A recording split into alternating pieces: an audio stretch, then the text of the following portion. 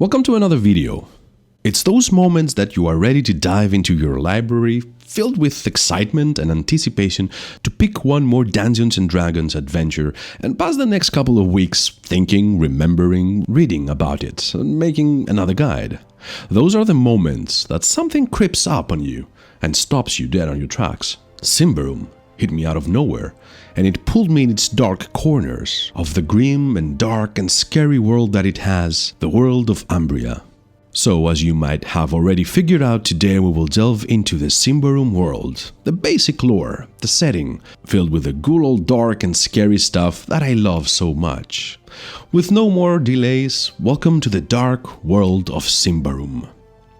This will be the first video of more to come, hopefully. I already have seen that Free League, the company that creates Symbaroum, has already a series of adventures that they are right on my back alley, in paper at least. Sandboxy, epic scale, multi-series stuff. Still, I have not read them all in depth, so hopefully soon I will return with an analysis of at least the first chapters, if they are half as good as the core rulebook was pulling me into the world. Let me give you the elevator pitch of why this world worth your time.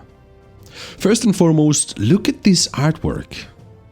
I will be using it in the video, and if that does not invite you to delve into its dark corners, to explore it, to investigate it, I don't know what's the matter with you. Just a disclaimer. Again, this channel means to break down stories, lore bits, adventures of great games that you can pick up and use on your table. Systems do not matter. Systems are obsolete. Symbaroum has its own system and looks awesome, but for me, only stories matter at this point. I, and hopefully you, should take the stories and use them with whatever system you love playing with. Back on the pits though. At the heart of the world is the dark Forest of Davokar, where once the great empire of Symbaroum existed. After its fall, only the name and its forgotten riches and artifacts lie in its darkness, shrouded by corruption and other terrors, inviting the brave or the foolish alike to claim them.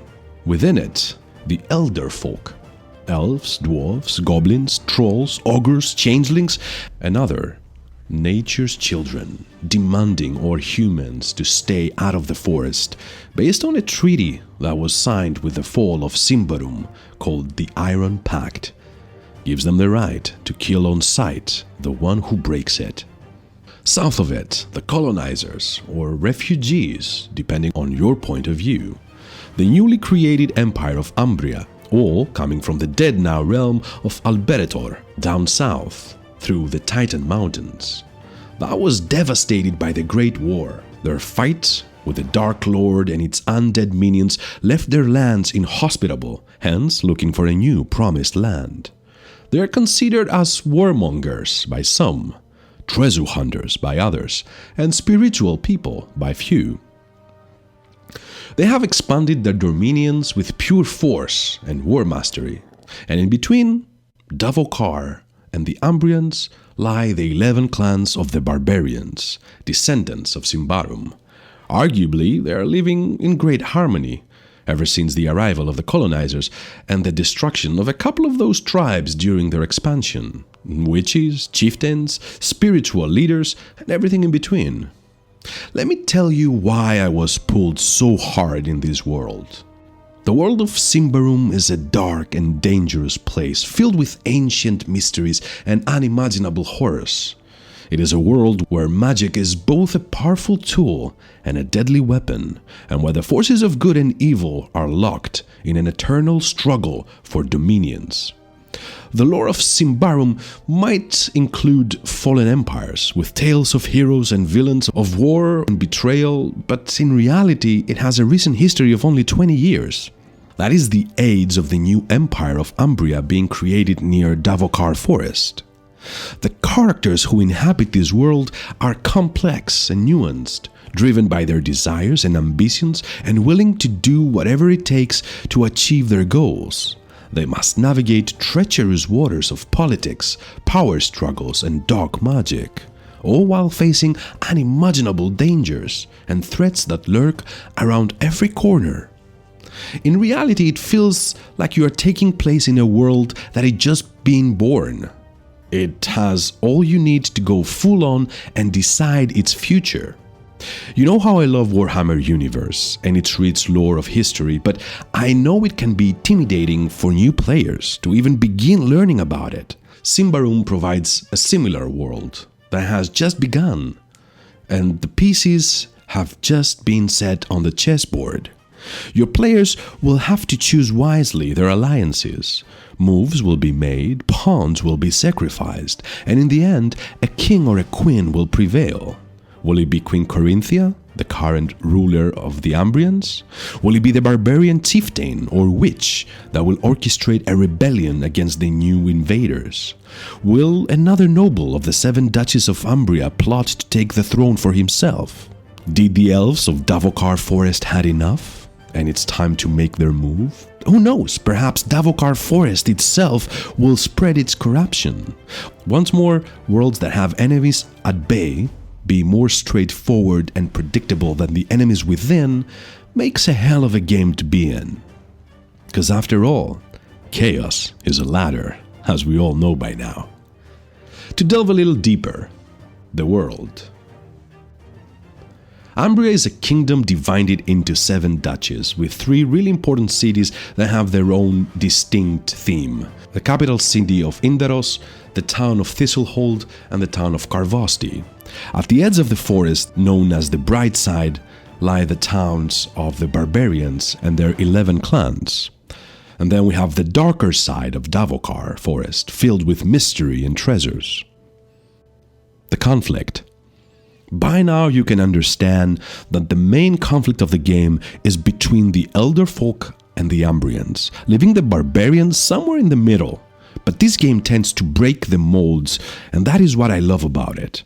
There are Ambrians that they have joined the elves, changelings and ogres who made Umbria their home, or single barbarians that have turned to a more civilized way of living. Nevertheless, the vision of the Queen is clear: explore and exploit Davokar Forest.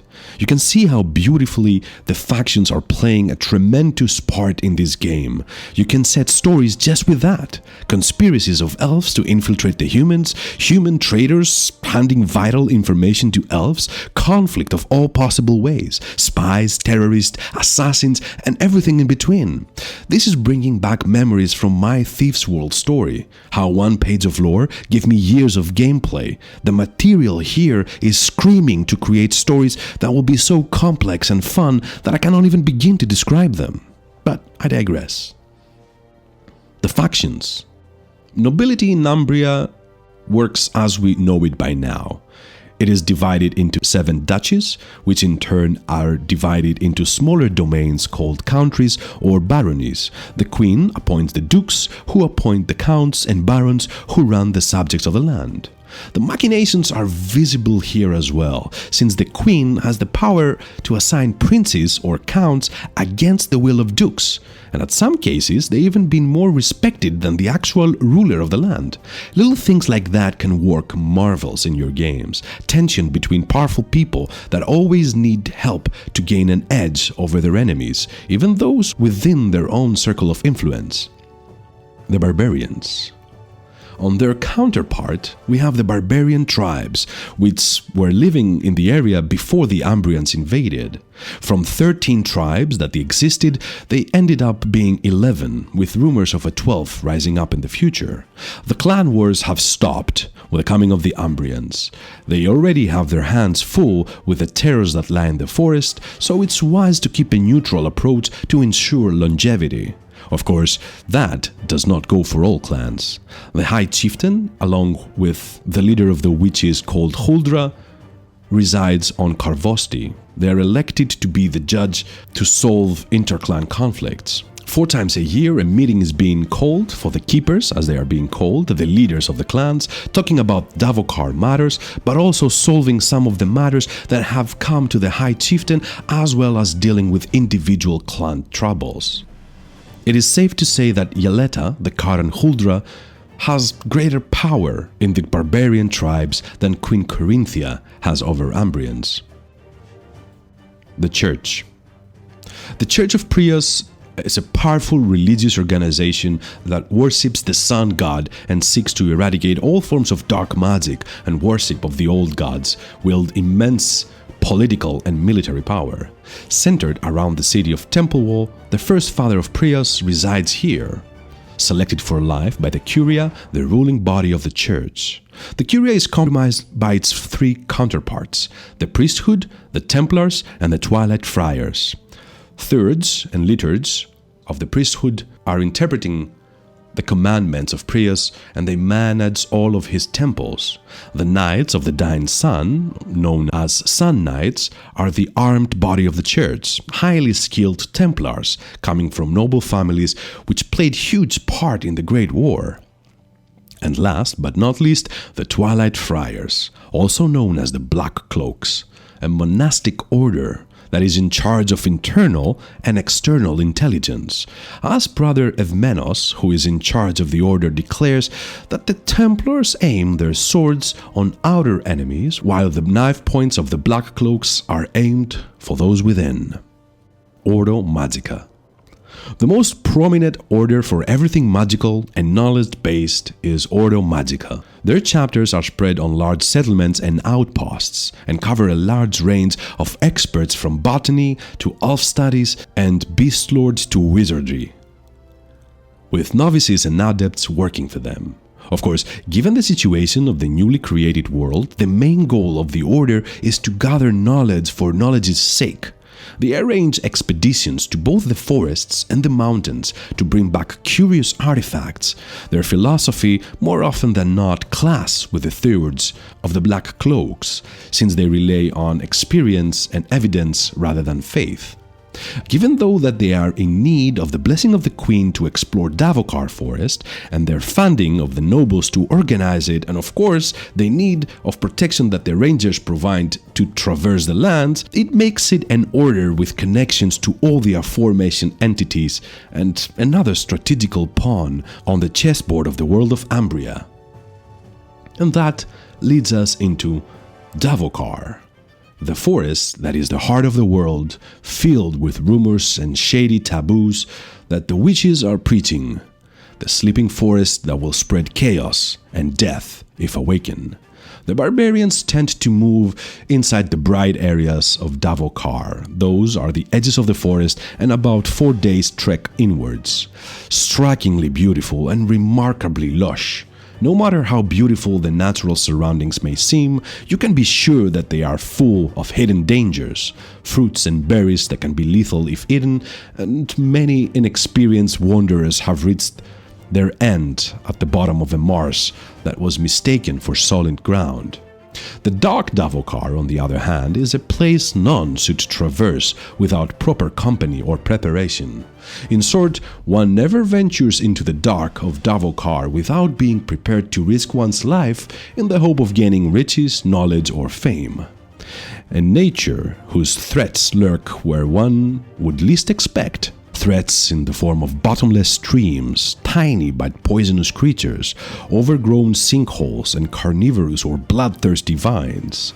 There is also talk of infections and parasites which make their victims insane, paralyzed, rabid, or undead, of ancient curses with similar effects, even of areas defying all reason, where it snows in the summer, where plants simmer from some inner glow, and where nightmares inexplicably come to life.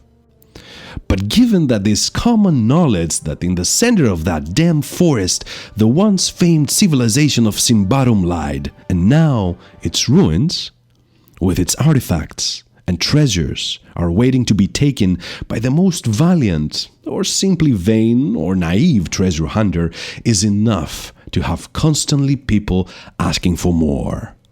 I hope that this was a good enough introduction of this beautiful world of Symbaroum. Let me know if you are interested in more lore dissections or the Throne of Thorns campaign breakdown in the future down in the comments below. This was the RPG Lore Master, and welcome to my Sheltered from Davokar Corruption table.